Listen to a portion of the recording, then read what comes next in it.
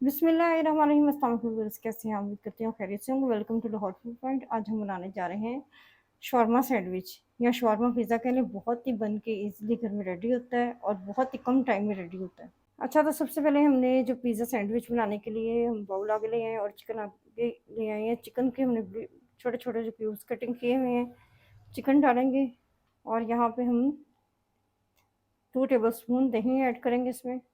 और यहाँ पे कुछ स्पाइसेस हैं, जिंजर गार्लिक पाउडर है और नमक है, रेड चिली पाउडर है, हल्दी है, थोड़ी-सी रेड चिली फ्लेक्स हैं और गरम मसाला है। ये तकरीबन सब चीज़ें जो है वो हाफ़ टी स्पून है। अब सब चीज़ें जो हैं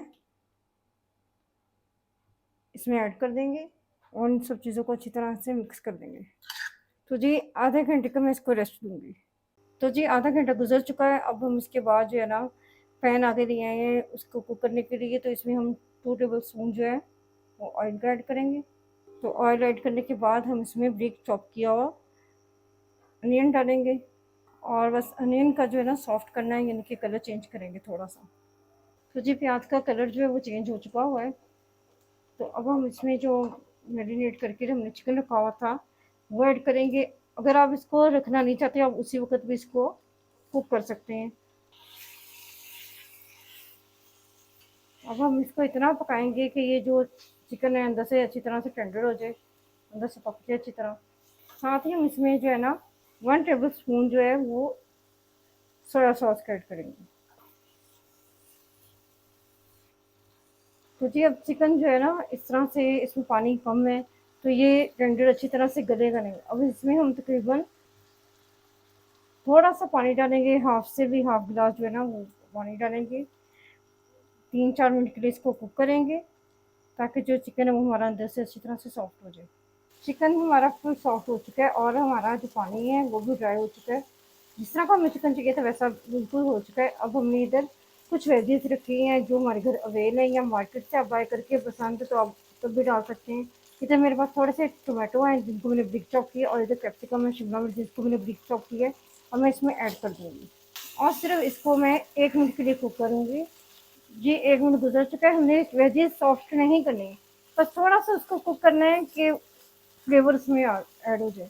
अब हम फ्लेम ऑफ करेंगे और अपने दूसरे प्रोसीजर की तरफ आएँगे। तो अच्छा, सैंडविच सॉस बनाने के लिए या पिज़्ज़ा सॉस या सैंडविच सॉस जो हम घर में बनाएँगे बहुत मज़े की बन के रेडी होती है। जो रेगुलर केचअप है वो ली है हमने। इसमें हम थोड़ी-सी मायो ऐड करेंगे। मायो ऐड करने के बाद हम थोड़ा-सा ऑरिगेनो ऐड करेंगे इसमें। अगर आपको इसका टेस्ट पसंद है तो ज़रूर ऐड कीजिएगा, मुझे बहुत पसंद है। अगर नहीं पसंद तो आप इसको स्किप भी कर सकते हैं।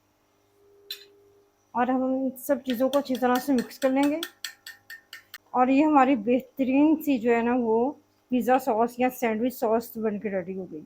अच्छा, तो इधर मैंने लिए शवारमा ब्रेड। ये किसी भी मार्केट से या बेकरी से आपको ईज़िली मिल जाएगी।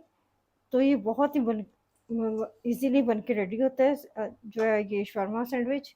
अब हम इसको क्या करेंगे, शवारमा सैंडविच के ऊपर हम जो सॉस बनाई थी वो लगाएँगे अच्छी तरह से। सॉस लगा दिए सब। अब हम जो इसमें चिकन की फिलिंग ऐड करेंगे जो हमने बनाई है।